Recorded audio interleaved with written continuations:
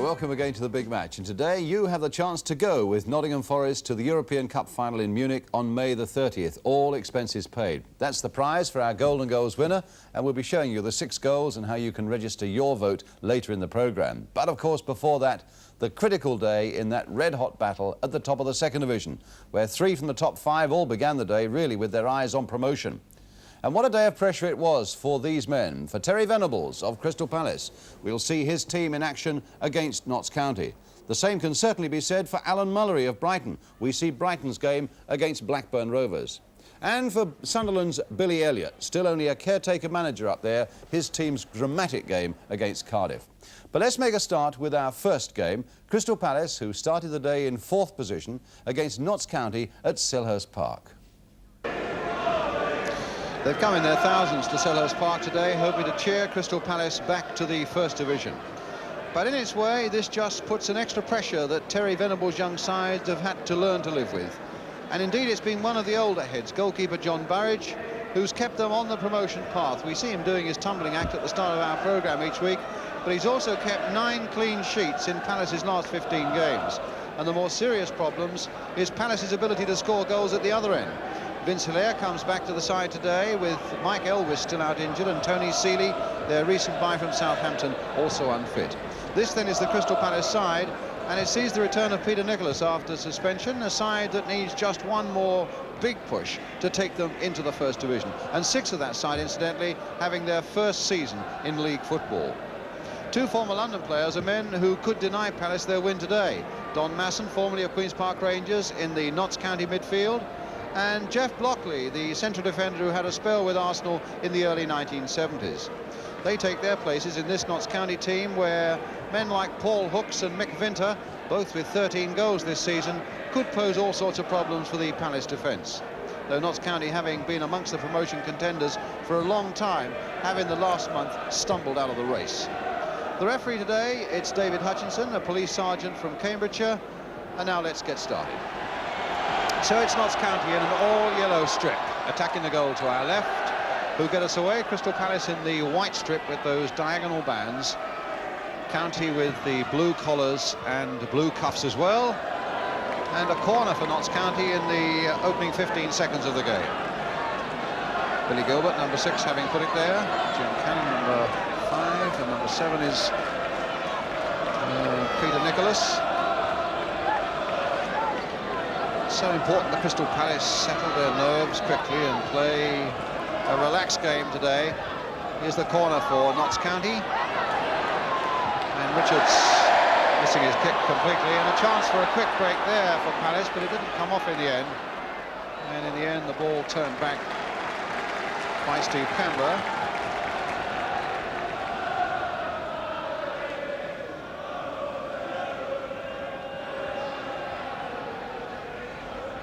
Cannon, Kemba,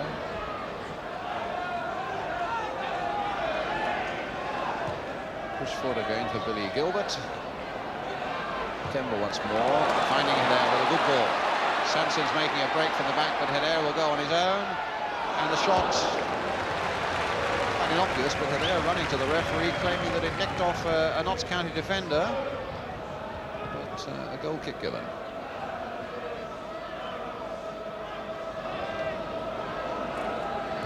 O'Brien playing it in towards Hooks again. Vinter, now for Masson. And a chance for Palace to come away again, once more with Jerry Murphy.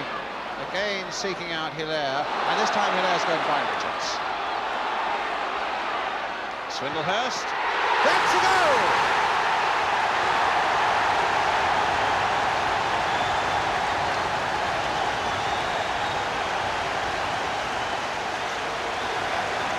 4 minutes gone, the breakthrough that Palace dreamt about. Dave Swindlehurst, oh, a shine of joy there. Hilaire's work was so important in it. And a lovely turn by Swindlehurst and a raking shot into the corner of the net.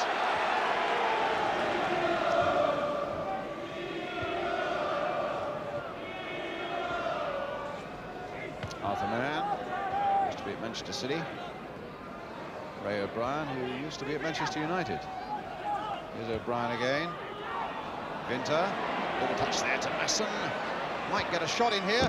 Oh, hit the crossbar! Well, that stunned the Palace crowd for a moment.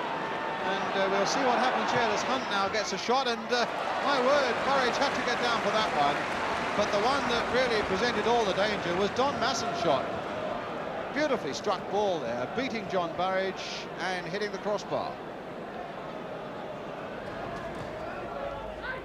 Swindlehurst.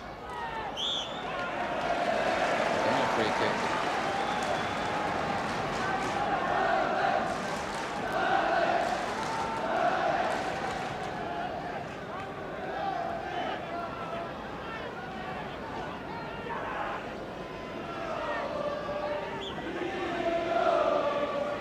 Kemba with the kick for Crystal Palace.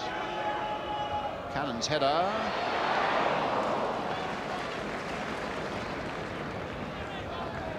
Man. Vinter. Palace are well aware they've got to come and challenge Vinter quickly, as he did then, and Hilaire's onside, but McManus. Goalkeeper always going to get there before young Vincent there, but it's a throw for Palace. Murphy's cross. And another header! And pushed away that time by McManus from Swindlehurst header. So nearly goal number 2 for the big number 9. A lovely cross by Murphy. And a close-range header, and I think Swindlehurst will wonder he didn't give it a little more power. And McManus was able to save it on the line and scurry it away.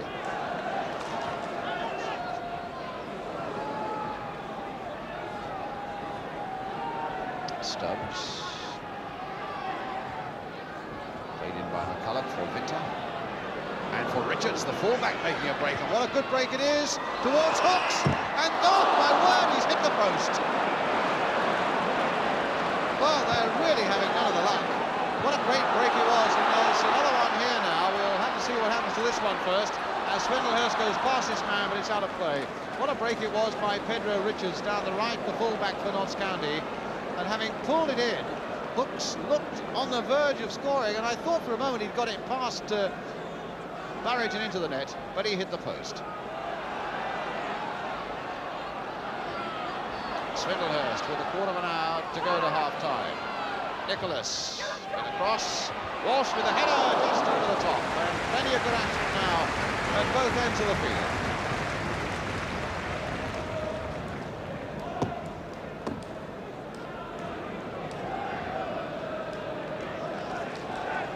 Steve Kemba, I think, wanting to put something right. It's 2 very severe scares for Crystal Palace. Twice their woodwork has been hit. And Vinter coming in once more, and in fact nodding it past Burridge, and knocked out for his pains, but that could again so easily have been the equaliser. A long ball forward, Vinter went in very bravely. And it must be like hitting a Churchill tank when you come up against John Burridge in those conditions. Cannon playing that one forward. What a big Scot is Jim Cannon. And it's pumped away there by Jeff Blockley. And again, but this time only as far as Murphy. Referee playing an advantage there, and that looked like a corner, and indeed it is, to Crystal Palace. With about 7 minutes to go to half-time.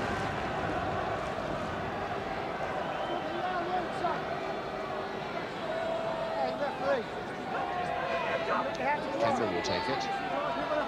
Cannon and Swindlehurst are up there, the big 5 and the big 9, but it's played a lot wider this time to Peter Nicholas. Chested down for Hilaire. And oh! Well, into the side netting, but it hit a Notts County player on the way, and it's another corner. Hilaire hitting it from the edge of the box. That was so very nearly goal number 2.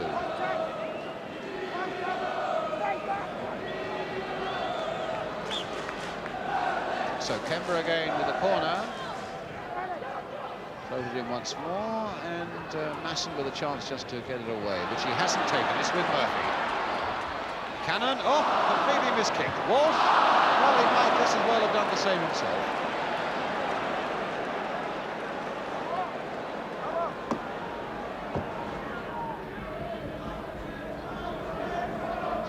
Hooks controlled that beautifully. It's a lovely piece of control by the number 9. McCulloch with a shot that's counting off here to O'Brien, but Swindlehurst is back there when Palace needed him. And Lockley will play that safely, I'm sure. Well, Hilaire, yes, that'll fall for him too, with a chance to cross it in. And McManus just getting a fingertip to it as Billy Gilbert went running in there. Lockley could have made that save, and it fell for Hilaire, and that was a good cross, always going away from the keeper, and McManus was really stretched. A throw to Palace.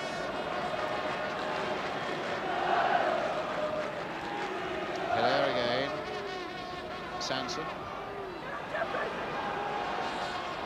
And that was Blockley's header, but here's Gilbert playing it again. Look at the space here for Swindlehurst too. Well,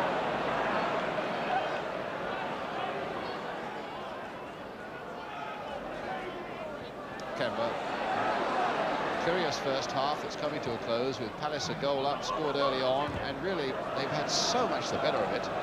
And yet, at the other end, Notts County have struck the woodwork twice. And so, with a little luck, they could have been 2-1 ahead. And here's Masson now, sending man on his way. What a lovely ball there. Is this the equaliser? No, it's kicked away by Kember. As McCulloch went in there. And it's not away yet for Palace. And it's still not away yet. And that time, Masson just wide. But what a ball that was by Arthur Mann. Played beautifully in front of his front runners, and McCulloch it was who came in there, and Kember saved superbly when it looked odds on an equaliser. And then that second moment when Masson shot wide when he would have hoped to have done better. McCulloch. It's a throw to Palace. Palace leading by 1 goal. Won't surprise people who realise they've scored only 11 in their last 15. It's been their defence that has pushed them to the brink of the First Division, and they're looking now for their forwards to get this second goal. Oh, what a good shot! Powerful one at any rate by Peter Nicholas. It must have been moving a little bit in the air when Nicholas caught it, because it looked as though McManus made a bit of a meal of it. As the half-time whistle goes, well, a really entertaining first half, with Palace going ahead so early in the game through David Swindlehurst, with Vincent Hilaire, the number 10, making it for him, and indeed having a fine game. But Notts County looking back on twice hitting the woodwork, Masson and Hooks, and Steve Kember, in fact number 4 there, kicking off the line when he looked certain that they were going to get that equaliser. So, with the promise of a very good second half to come, and a lot more still to come your way on the big match, of course, and a half-time score here at Selhurst Park in this important promotion game. Crystal Palace 1, Notts County 0. We'll be back with the second. Notts County with their substitute, David McVeigh, on in place of Brian Stubbs, who was injured in the first half, and an enormous cheer went up just a moment ago when the news came through to the crowds here that Sunderland were losing 1-0 at home to Cardiff. So tense and tight is this battle at the top of the second division. Here's Smiley. Well, it's a different second half so far as the crowd are concerned. Billy Gilbert getting up well. They were interested but never wildly excited, but they really got behind their side now as Walsh takes it up when he let go. Saved by McManus.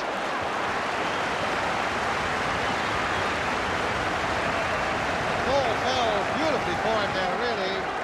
Just had have to keep running and fire one in.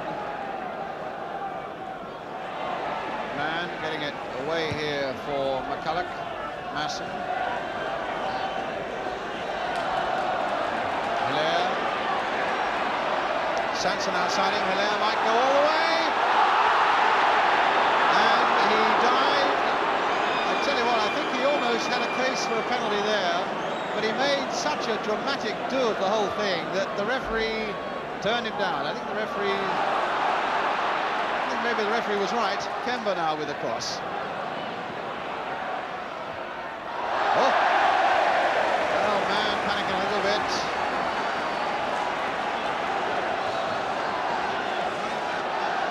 And a corner for Palace, who really have this Selhurst crowd making a lot of noise and getting truly behind them now. 1-0 ahead.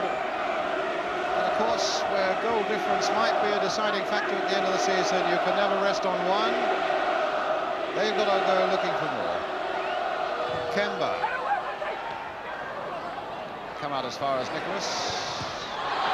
Oh, well, certainly the ball hit the man's hand, but here's Swinglehurst with a shot. Goal kick.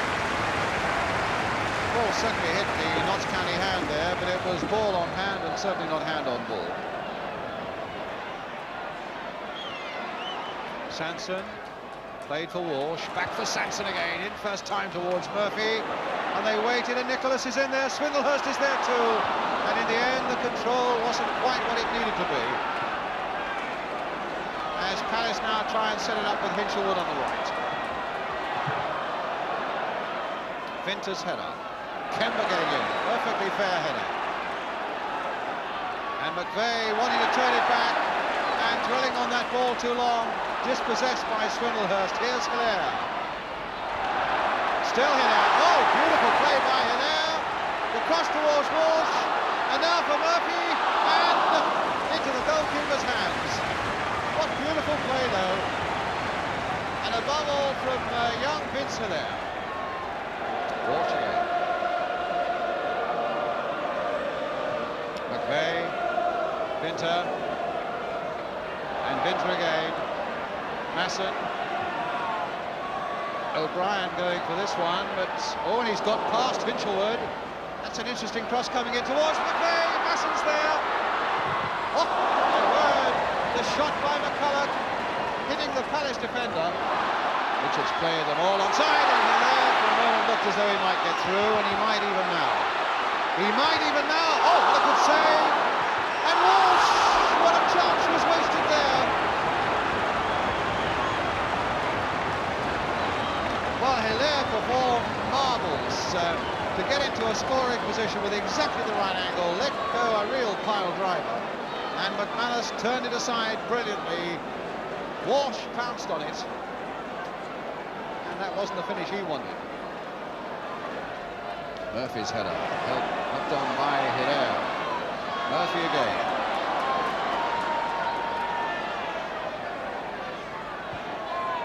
It's a nice ball played there. Oh!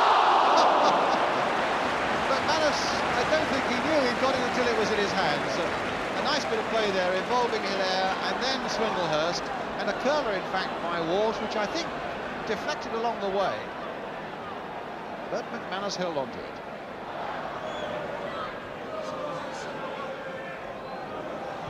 Cannon. Masson.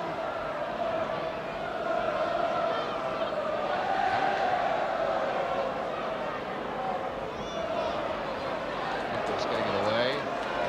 Now Swinglehurst. Walsh is up. Hilaire's away on the left. Here's Hilaire. Sanson's trying to go outside him, as you can see. Hilaire will go all the way, and just wide of that goal.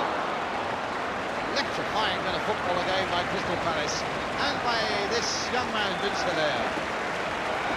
Found beautifully there, and Sanson was going outside him, but he decided he would go his own way. Well, there was only an inch or so to spare there.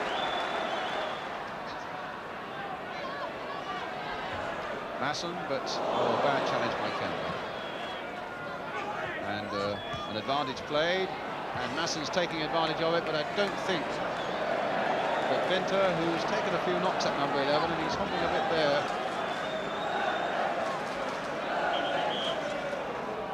But with the substitute already on, I suppose he feels he's obliged to play out these last 4 or 5 minutes.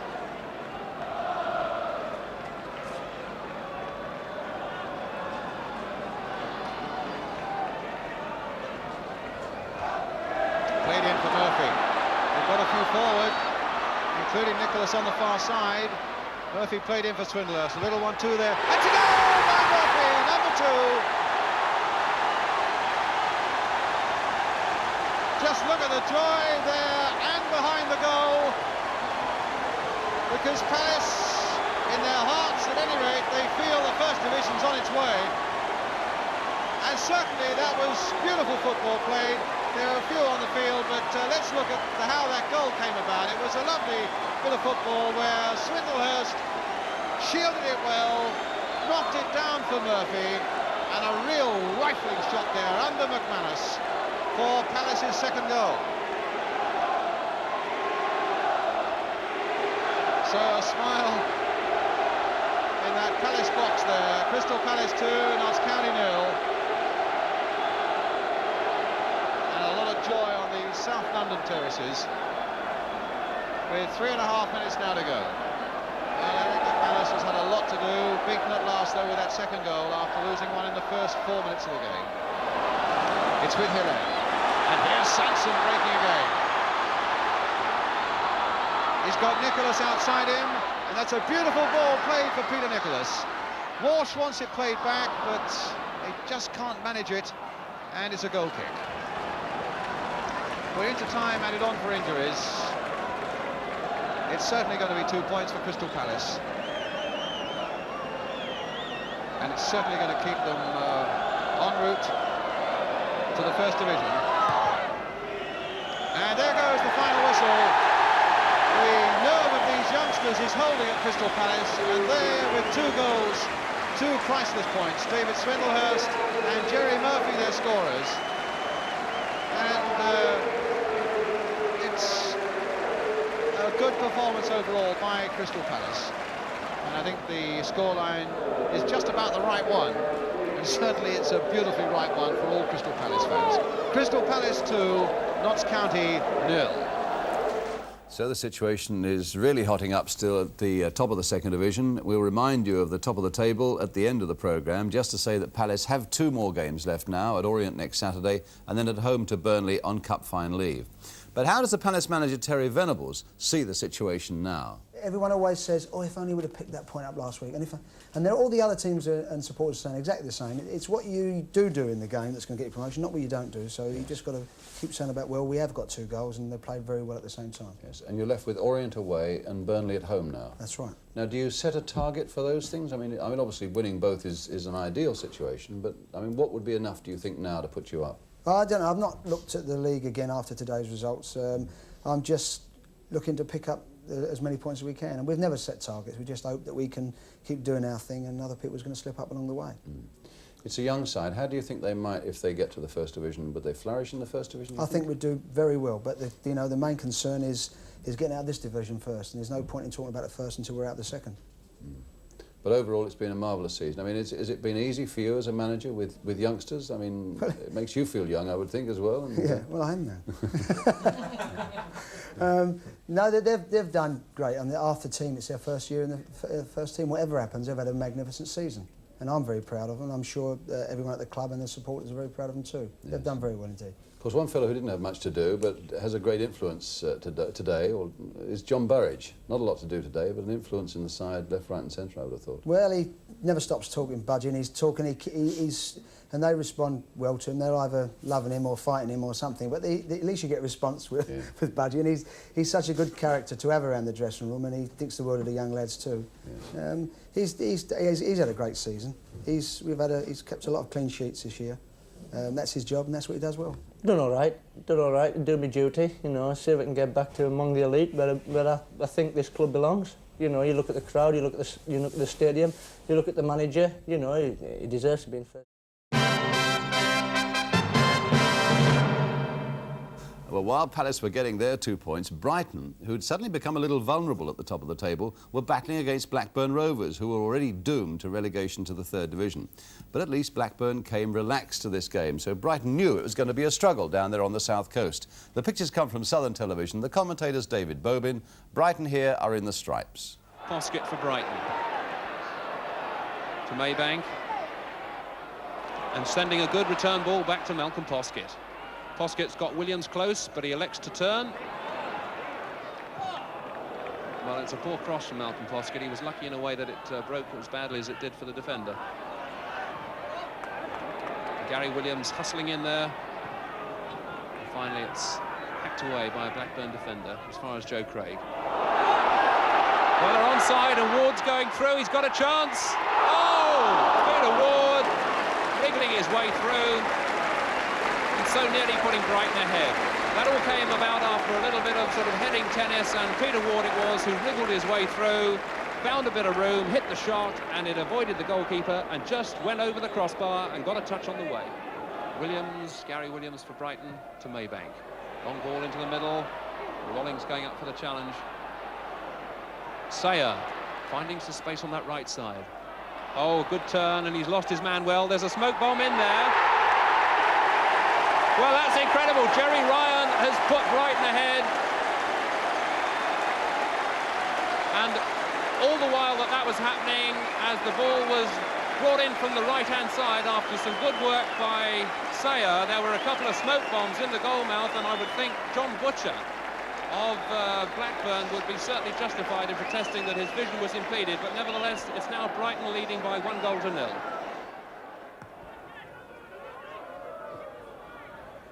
Horton with a good firm header out of defence, but only as far as Rathbone, and Rathbone's got a little bit of space here until there's a good sliding interception from Gary Williams. Closed down the space pretty quickly when Rathbone burst through, and it's gone for a corner to Blackburn on this near side. Eric Steele organising his defence. Had a fairly quiet afternoon so far,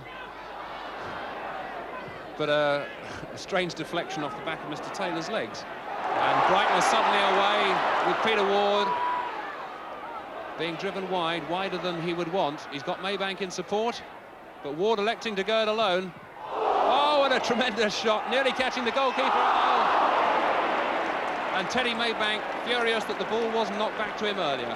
Peter Ward elected to go it alone. When he put the shot in, the keeper was unable to handle it. It rebounded to Maybank, but Maybank, instead of taking his time, hit it first time over the bar.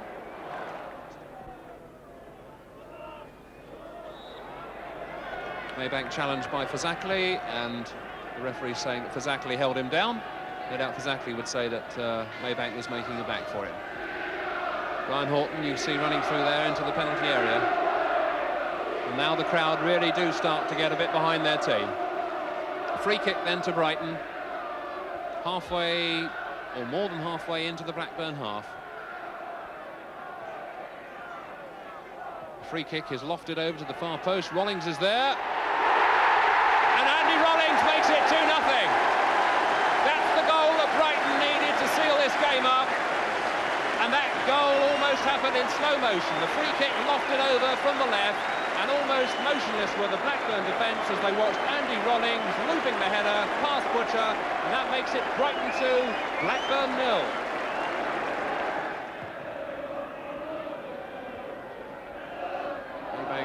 Seems to be in some sort of trouble just on the halfway line. He took a knock on his right leg just a moment ago, and he's in some sort of pain, there's no doubt about that. Maybank just into the Blackburn, into the Brighton half, and as I say, he's in some pain at the moment. This is dangerous because Blackburn are in there, and that's, well, that's incredible. The ball ran across and so nearly went in, but it cannoned back, fortunately for Brighton, and Sayer was able to get it away. That was quite remarkable. What a close escape for Brighton.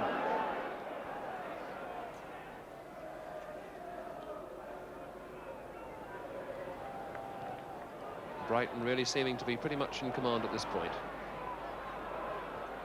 Sayer back helping his defence out. Ward in the shadow of the main stand. Losing out, and Mackenzie trying a little overhead flick. And it's a free kick for the challenge on Mackenzie as he tried that kick.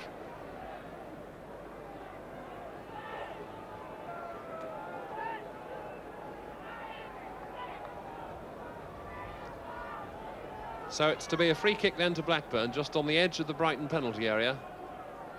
John Aston to take the kick. Oh, and that's a fine goal. What a good goal that was. From the free kick, John Aston really measured it, and he bent that shot quite brilliantly past Eric Steele in the Brighton goal. And suddenly, from being very much in control at 2-0, Brighton have got a bit of a fight on their hands. They now lead 2-1. And it was a lead they held to the end. But what about that first Brighton goal, accompanied by the smoke bombs? Frankly, I suppose there is a case for saying that referee Taylor maybe should have ruled it out. Surely that smoke must be regarded as an outside agent, and indeed it seemed to be interfering with play. I would have thought the game might well have been stopped there, although when you look at it again now, you can see what a dilemma the referee was in, because he was watching this cross coming in, and only there would have been aware of the smoke on the pitch. And I wonder what would have happened if he had ruled out that goal. Equally, if it was thrown by a Brighton fan, I wonder how he would have felt if that goal had been ruled out. It's just one of those split-second decisions, and, well, the referee obviously did what he thought was right. Good luck to Brighton, nonetheless, who've been so consistent over the past 3 years. And manager Alan Mullery and skipper Brian Horton really do have that promotion feeling now down there on the south coast. Yeah, it was the same sort of situation as last year, really. We've got to go into the last games winning. And, you know, to be fair, we've done that over the last few games. We've lost 2 games in about 23, which can't be bad. Yeah. There's a little bit of tension on us, but not a great deal. And how do you now approach the game at Newcastle next week? Well, if we win it, we're champions, I think, aren't we? You know, so we've got to go and win the game. You know, if we get a point, we get promoted. If we win, we've got a chance at the championship. It's as easy as that. Alan, looking ahead to next week, you'll have Peter O'Sullivan available to you. Does that mean a nice problem for you in that you've got players really queuing up for places? That's a lovely problem, David. I'm glad that, you know, Peter only got 1 match ban today. He said to me just after the game, actually, that he couldn't sit out again next week. He'd much rather play than watch. So it's a nice problem. And, of course, the other results today have gone your way. Do you think Brighton can go up as champions? I'd like it very, very much. I would like it, yes. But, I mean, the main concern is to get to the First Division, and we'll do our very best to go up as champions. Well, still to come, that vital and dramatic promotion game between Sunderland and Cardiff. But this is our next stop here, the Olympic Stadium in Munich, because now it's time for the Golden Goals of 1979 and your chance to join Nottingham Forest at the European Cup final against Malmö of Sweden in that stadium on May the 30th, all expenses paid. That's the prize for the winning viewer who can put our 6 best goals in a complete order of merit. And incidentally, the man who scores the winning goal, that is the golden goal of 79, he wins that beautiful decanter that you can see behind me there. But the order of merit will be decided by 2 impartial and very well qualified judges, I'm sure you'll agree. Osvaldo Ardiles, who's had such a brilliant season in midfield for Tottenham, and Phil Parkes of West Ham, Britain's most expensive goalkeeper. What you have to remember is that you have to put these goals in a complete order of merit from first best right through to 6th best. When I've shown you the goals, I'll tell you how you can vote and, as I say, maybe win that fabulous trip to Munich. These then are the 6 goals. Goal A is by Liam Brady for Arsenal against Leeds United at Highbury on the opening day of the season. Paul Hart. He's got caught in possession there. Here are Arsenal marauding away again with MacDonald and Brady linking up well. Stapleton's up there. MacDonald's looking for it too. Oh, what a goal! Goal B is by Terry McDermott for Liverpool against Tottenham, and this was at Anfield. Ray Kennedy to Dalglish. Johnson. And Johnson the ball into acres of empty space for Highway. And Highway, a brilliant crossback. Which brings us to goal C by Tony Curry for Leeds United. This was against Southampton at Ellen Road.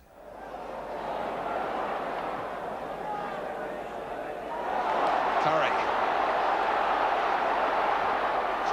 Oh, my goodness! And Tony Curry milks the applause that is so deserved. Goal D is by Brian Robson for West Ham United against Wrexham at the Racecourse Ground.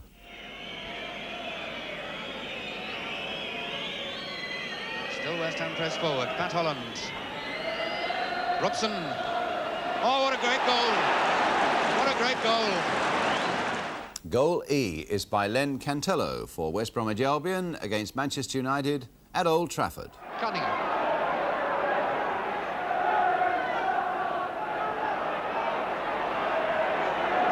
Cunningham again. Past Coppell.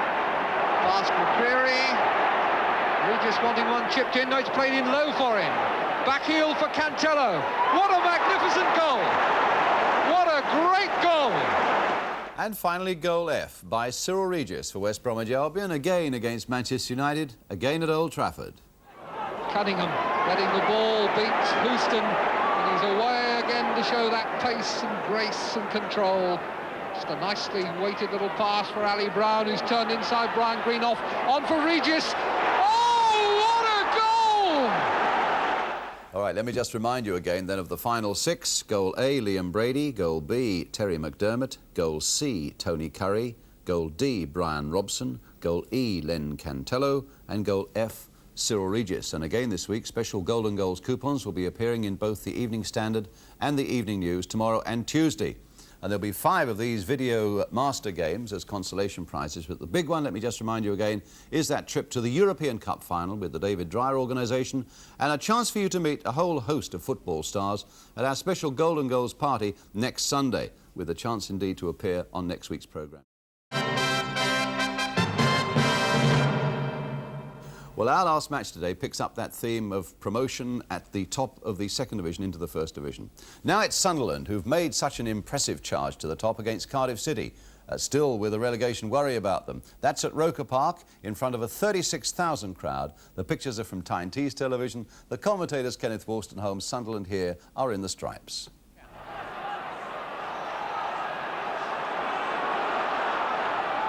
Sensibly slowing things down. It's very easy to get overexcited in a game as important as this.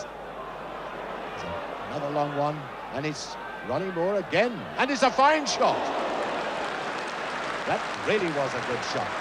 The ball pushed forward, and although Moore was impeded by Elliott, he was there coming on to make the tackle all the time, make the challenge. He got his shot in, and it was deflected wide of the post. Bishop with the corner. Buchanan.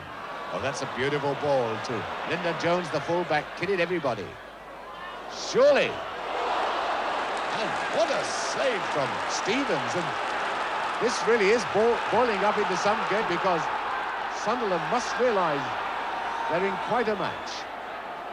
Getting it up to Evans, and here comes Moore. He's got another chance to put Cardiff in the lead, and he's taken it. And so that's a shock for Sunderland, as Evans saw that Moore was unmarked on the right, pushed the ball forward into the space. Moore ran onto it, as he has done once or twice, and this time his shot was totally accurate. And so there, after 25 minutes, Sunderland are a goal down. Anna to Bolton.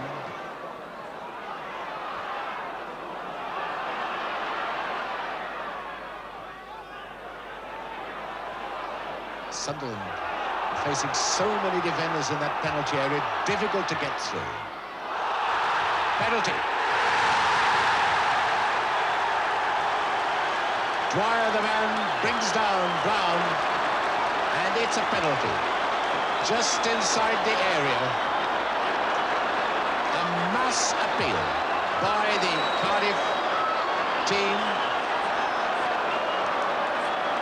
I don't know whether they're saying it, A, it wasn't in the area, or B, that Brown did a dive, or whatever it is, they're saying it, and quite forcibly.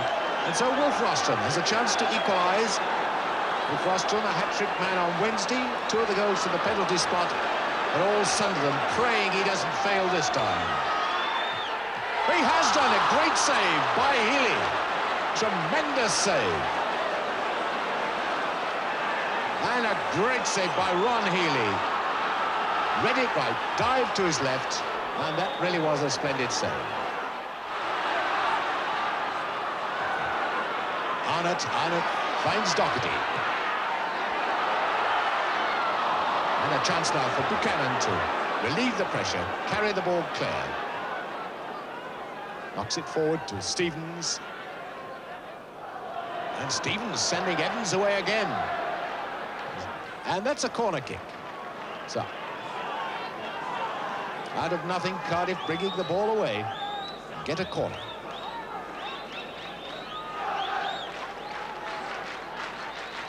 And Buchanan's going to take it, and Cardiff have only got 3 men in the penalty area. Ray Bishop is standing just outside the penalty area, and the rest of them are all back, waiting for any clearance by Sunderland. Evans, Bishop, he scored! Bishop has scored! That one hit the stanchion at the back of the net and came out. The ball was half cleared and nobody moved to take Ray Bishop, and Bishop hit it with his right foot first time, and it went all along the ground. Siddle never even saw it, never moved. It hit the stanchion at the back of the net, came out again, but fortunately for Cardiff, Keith Stiles was right there, and he saw the ball had gone over the line, and so Sunderland are in real trouble. 2-0 down.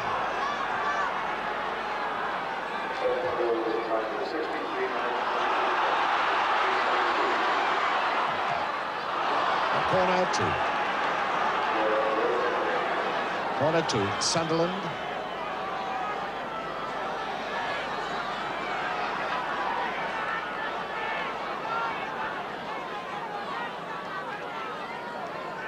Bostrom with the corner kick. This really is high drama. Ashurst, he scored! Oh, that really was a cracker. The ball came out, there was nothing on for Ashurst at all. When he hit it with his right foot, it simply flew through the whole of the Cardiff team, hit the underside of the bar, and went into the net. Even so, Cardiff won 2-1, and what a disappointment that was for Sunderland fans, and indeed for Billy Elliott, the caretaker manager at Roker.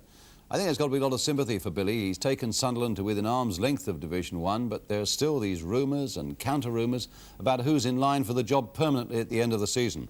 At any rate, Roger Thames spoke to Billy Elliott afterwards. To watch. It was a nightmare. That's exactly how I saw it, and my feelings was for the players after the game there. They were so disappointed, so down in the dumps there, and so was I. And you've got to try and lift them up, and it was very, very difficult to do that. But we've got 7 days to think about this, and we've got it all to do next week. Just what did you say to the players when you went into the dressing room? Well, what I did say to them, I told them, I said, that's how it goes in football, that's life. Some you win, some you lose. And this today was most important, that we had to win this game there to keep in contention. And with obviously my ideas was to win the championship, but now we've got to try to get in to get promotion and get in the first 3. And I think we're capable of doing that. I've got 7 days to think about this, and so have the players. And I think knowing them and knowing the character of the side, and knowing our away record, that they'll rebound next week, and we'll get something out of Wrexham. What a fascinating finish it is. Let's just check at the top of the second division then. Brighton, as you can see, Stoke and Sunderland, each with 1 game to play, and all of them are away from home. Brighton's away game is at Newcastle, Stokes is away to Notts County, and Sunderland, the one that Billy was talking about, is away to Wrexham. All of them pretty difficult, in fact.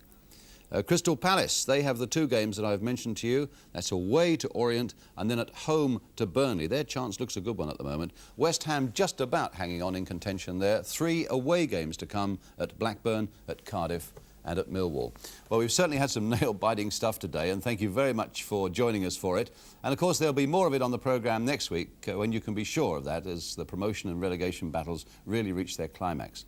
I think one of the amazing things has been how that young Crystal Palace side has been so relaxed about their battle to get into the First Division. But behind the scenes, it seems some of the Palace staff are getting a little edgy, as manager Terry Venables found out. Well, really, my secretary, I said, how you feeling? She said, oh, I'm fine, I'm fine. She said, I'm absolutely fine. She said, but would you like a cup of coffee? I said, yes. She said, what do you want, white or red? Swindlehurst. That's a goal! Got to move forward, including Nicholas on the far side. Murphy played in for Swindlehurst. A little 1-2 there. That's a goal!